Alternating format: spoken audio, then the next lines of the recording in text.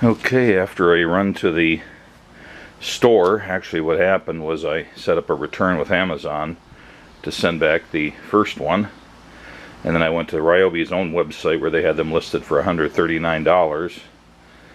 I already had some credits, so I used those, and turned out that was a special price, although it was still normally lower than what the Amazon seller had it for. But it was a 4th of July weekend sale that was expiring in a few hours. So got the legitimate one here. This is the P2501 BTL. That's the number if it doesn't have the battery, I think. So it uses the 18 volt 1+ batteries. And it's an 8-inch pole saw, extends to 9.5 inches, oil-free design, controlled cutting with angled head. Okay, so this is a hopefully brief video on a new tool that I purchased for my yard work. This is by Ryobi, or Ryobi. I think it's more properly Ryobi, but it's sort of moot. I think this is their model P2501, as near as I've been able to tell. That's what's written on it. I bought this from Amazon for just about $200. I had a big credit, so it actually only cost me about $100. So it's a chainsaw that goes on the top of a pole for trimming trees and things like that. It's generally called a pole saw, P-O-L-E, pole saw. So we have the base, the operator end of things, and then an extension, and then the head of the unit, which has the motor and the chain section, and a manual, and a small wrench, and some sort of a strap. Now, I was kind of perplexed because there was nothing about reconditioned or used or anything in the Amazon listing. It was listed as a new unit, but yet it came with each section in a, to me it looked like an aftermarket kind of set of plastic bags. It didn't look like factory bags. The strap is done with a kind of crappy wrap of masking tape. There was no Ryobi box or Ryobi box. It's just in this generic U-line box. It's like Emble, E-M-B-L-E. It's a little scuffed up, but I think that's what it says. Industries in Oxford, Massachusetts. So that's fine, but what does that mean? Does that mean that this was something that was returned and they're in the business of just selling the returned units? Is it factory reconditioned? How come it doesn't have a Ryobi box? Like you would think it should. So I don't see anything actually wrong with it, so I'm going to forge ahead. By the way, this is a tool only. It does not include the battery. The batteries are, of course, a significant expense, but I have a few other Ryobi outdoor power tools, a reciprocating saw, and a few other things, as well as a stick vacuum. And of course, they all take the same kind of battery, so I have a few, and I figured it would be adequate for my needs. So, for the moment, I'm just going to ignore the weirdness of the way it came and go ahead with an overview here. Alright, here are the things that are supposed to be in the package.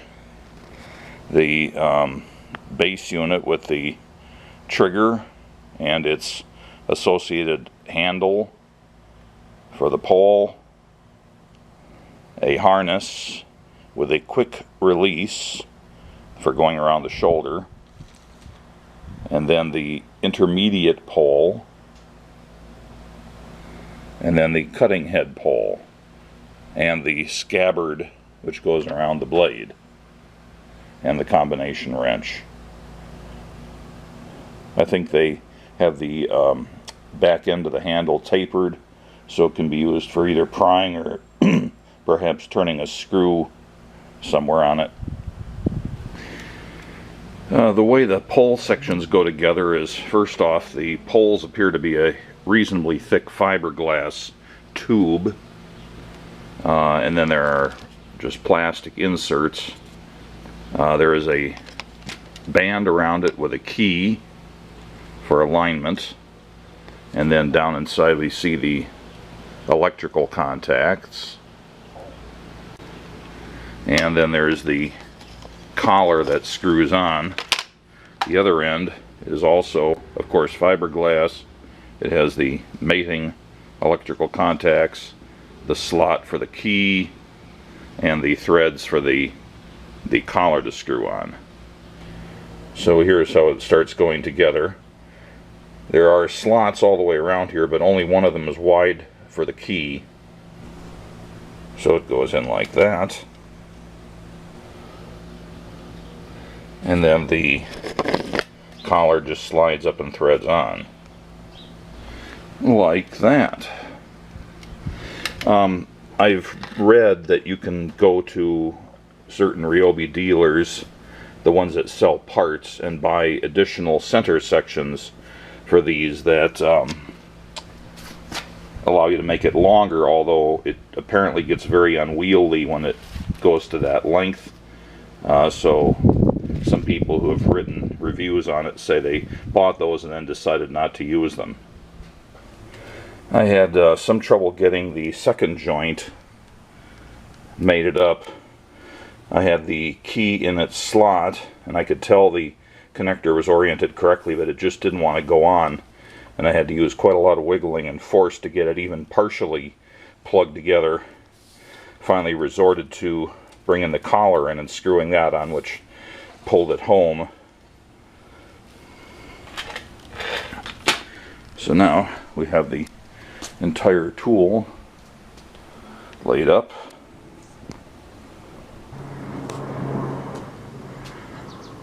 So there's the assembled tool.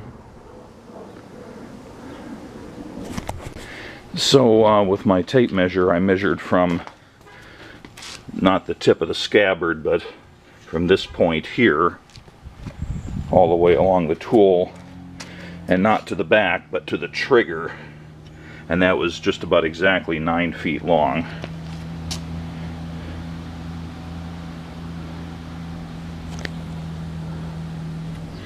The wrench there snaps into this holder on the base of the trigger unit, or the base unit.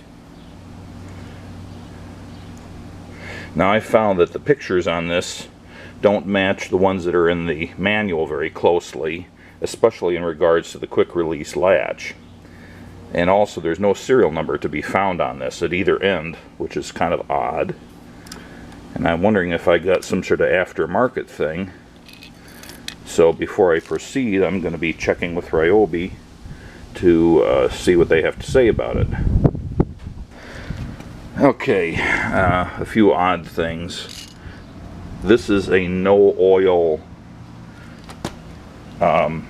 saw, so it's not really intended to be oiled, although it has a little bit of oil put in at the factory. You can add a little oil if you want to, but since it's intended to be used just for lopping off small branches of trees and for light pruning, it's not intended to be run for more than a few seconds at a time, really, and so it's designed to work with the blade dry. Although they say if you want to, you can put a couple drops of regular chainsaw oil on it. And especially if you do find yourself you're using it a lot in a short period of time and you notice it getting a little hot, then you can definitely come and add a couple drops of oil. It wouldn't hurt. But there's no oiler on this, no oil reservoir, no bulb to squeeze or anything to make the oil come out. It's basically dry. And I'll mention that even though it says 8 inches here, it's not recommended to cut more than a 6-inch branch. So, you know, maybe about that much of a branch, or if you put it up to there, you know, some portion of it would still be sticking out. The blade would be sticking out on the far side of the branch. So I found out something else talking to Ryobi, and I did get escalated to a product specialist who, you know, asked me where I got it, because I mentioned it didn't come in a Ryobi box, and she says, oh, there's only a couple of online sellers besides Ryobi's own webpage that are authorized sellers. Home Depot's website or their stores are one of them. There's a couple more, but she said currently this seller is not one of their authorized resellers, and it's not legitimate to sell it without the Ryobi packaging, and therefore this is a non-warranted product. Even though there may be nothing wrong with it, they said if you try to show your proof of purchase and they ring it back up, they're going to say, sorry, it's not covered under warranty. It's an illegitimate way of obtaining the tool as far as they're concerned. So I will be returning this to Amazon and buying one that is legitimate, and I'll save myself some money in the process because, as I mentioned before, this was, you know, $199.95 from Amazon, and that was with my Prime.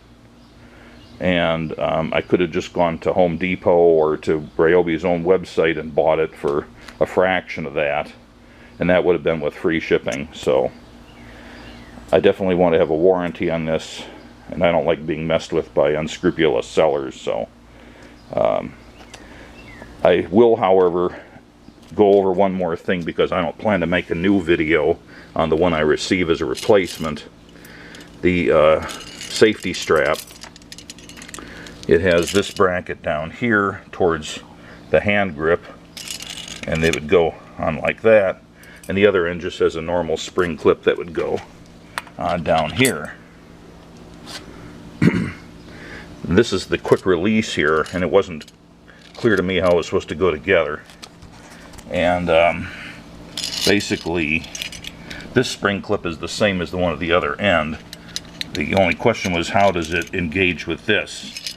And basically you pull this red part back enough that you finally disengage this metal tab from the slot here. You're pulling it backwards in the direction of the arrow until it pops out, and then it allows the clip to slide out of the metal part.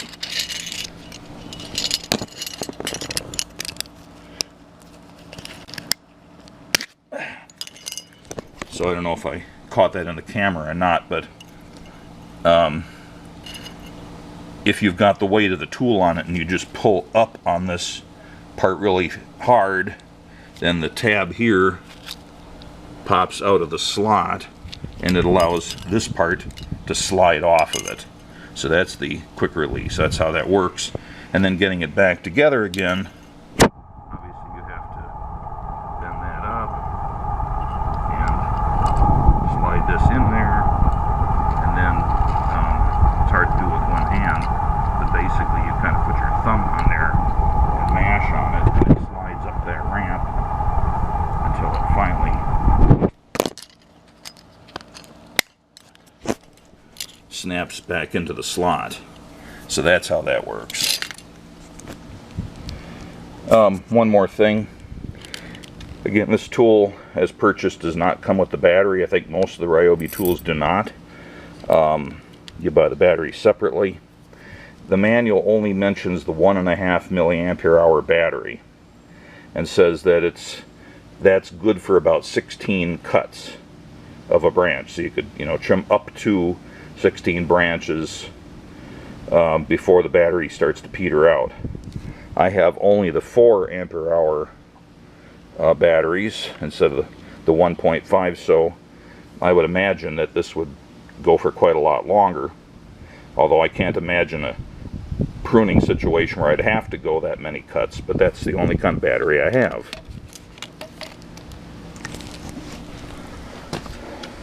So I just wanted to make sure I have the scabbard removed. And there is a safety on this where you have to pull back on the thumb in order to engage the trigger. I'm going to make sure the other end is not dragging on the concrete.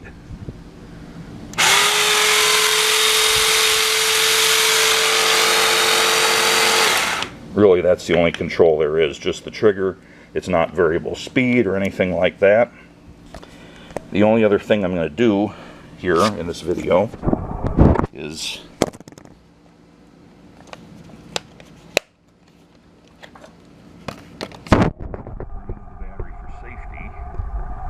take the combination tool out of its clip and go here and check the blade tension. For this time, pull it over on its back, reposition myself,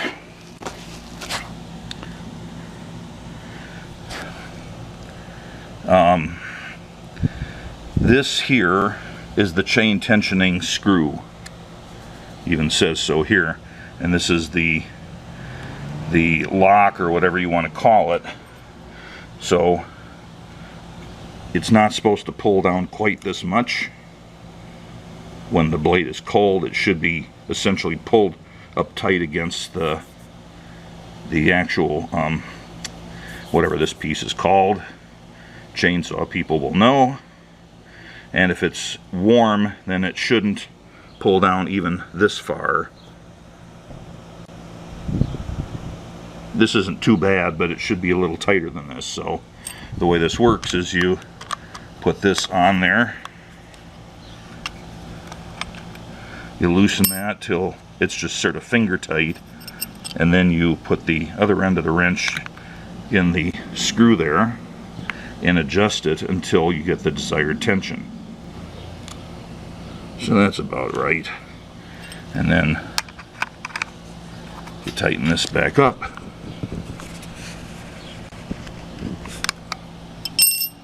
Now these guys probably aren't going to want to take this tool back because I've laid it on concrete.